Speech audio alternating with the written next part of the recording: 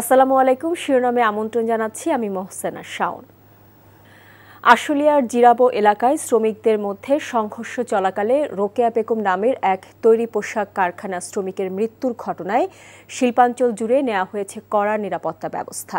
অধিকাংশ কারখানা খোলা হলেও অনির্দিষ্টকালের জন্য বন্ধ ২৮টি কারখানা এখনও খোলেনি। বিজিএমইএ এর পরিচালক মহিউদ্দিন রুবেল বলেছেন, টানা অস্থিরতার কারণে যেসব কারখানা বন্ধ করা হয়েছিল আস্থার অভাবে মালিকরা আর খোলেননি। পরিস্থিতি পর্যবেক্ষণ করে তবেই কারখানা খোলার সিদ্ধান্ত নেওয়া হবে বলে জানান তিনি। এদিকে আশুলিয়ার পলাশবাড়ি এলাকায় ভারতীয় মালিকানাধীন পার্ল গার্মেন্টস ৭৫ জন শ্রমিককে বরখাস্ত করায় অসন্তোষ বিরাজ করছে। কারখানা কর্তৃপক্ষ বলছে তাদের কারণ দর্শানোর নোটিশ দিয়ে বরখাস্ত করা হয়েছে। তবে বরখাস্ত করা শ্রমিকরা বলছেন দাবি দাওয়া নিয়ে আন্দোলন করার কারণে তাদের বরখাস্ত করা হয়েছে। ওদিকে সেনাবাহিনীকে বিশেষ নির্বাহী ম্যাজিস্ট্রেটের ক্ষমতা দেয়ায় স্বস্তি প্রকাশ করেছে তৈরি পোশাক রপ্তানিকারক মালিকদের সমিতি বিজিএমইএ। সাভারে স্বৈরশাসক ক্ষমতাচ্যুত সাবেক প্রধানমন্ত্রী শেখ হাসিনা ও তার বোন শেখ রেহানা সহ ২৫০ জনকে আসামি করে একটি হত্যা মামলা দায়ের করা হয়েছে। সকালে সাভার মডেল থানায় মামলাটি দায়ের করেন নিহত অটোরিকশা চালক রফিকুল ইসলামের বড় ভাই রমজান আলী। মামলার এজাহারে উল্লেখ করা হয় ৫ আগস্ট শেখ হাসিনার পদত্যাগ ও দেশত্যাগের মধ্য দিয়ে পতন ঘটে আওয়ামী লীগ সরকারের। ওই দিন বিকেলে বিজয় মিছিল নিয়ে সাভার থানার দিকে যাবার পথে থানা রোডে ছাত্র জনতাকে লক্ষ্য করে নির্বিচারে গুলি ছোড়ে পুলিশ। অন্যান্যের সাথে গুলিবিদ্ধ হয়ে মারা যান অটোরিকশা চালক রফিকুল ইসলাম। মামলায় ওবায়দুল কাদেরকেও আসামি করা হয়েছে।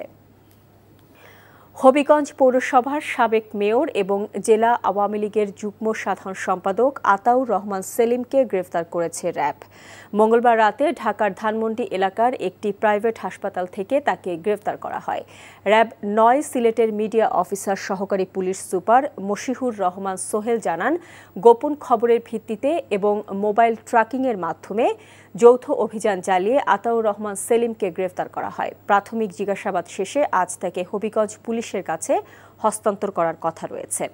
বৈষম্য বিরোধী ছাত্র আন্দোলন চলাকালে হবিগঞ্জ শহরে গুলিবিদ্ধ হয়ে ২ যুবক মারা যায়। ওই দুটি হত্যার ঘটনায় দায়েরকৃত মামলায় আতাউর রহমান সেলিম এজাহারভুক্ত আসামি। রংপুর মহানগর আওয়ামী লীগের সাবেক সাধারণ সম্পাদক তুষারকান্তি মণ্ডলকে গ্রেফতার করেছে র্যাব।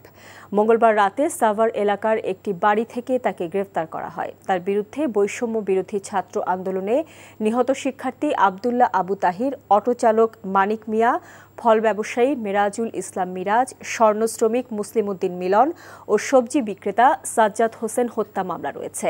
আইনি প্রক্রিয়া শেষে তাকে ঢাকায় পুলিশের হাতে তুলে দেওয়া হবে বলে জানিয়েছে র্যাব।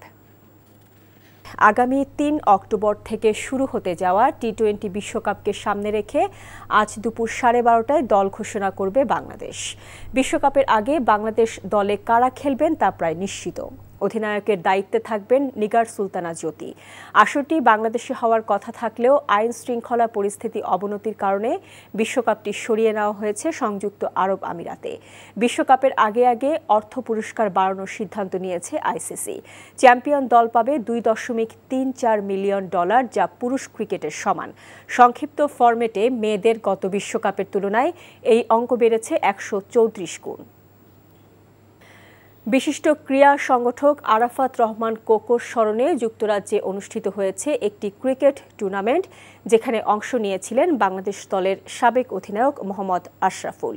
টুর্নামেন্টটির ফাইনালে মুখোমুখি হয়েছিল হবিগঞ্জ ও ফরিদপুর। হবিগঞ্জের দেওয়া ১২০ রানের লক্ষ্যে ব্যাটিংয়ে নেমে ১০৫ রানে অল আউট হয় ফরিদপুর একাদশে মোহাম্মদ আশরাফুল খেলল মাত্র ১০ রান করে সাজঘরে ফেরেন এই ব্যাটার।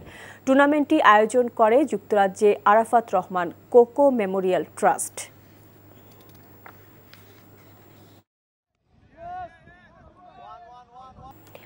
শিরোনাম এটুকুই। এই খবরের ভিডিও সহ আপডেট জানতে ভিজিট করুন এনটিভি অনলাইন www.ntvbt.com। এছাড়া এনটিভি জনপ্রিয় সব অনুষ্ঠান ও খবরের আপডেট জানতে ভিজিট করুন আমাদের ইউটিউব ও ভেরিফাইড ফেসবুক পেজ।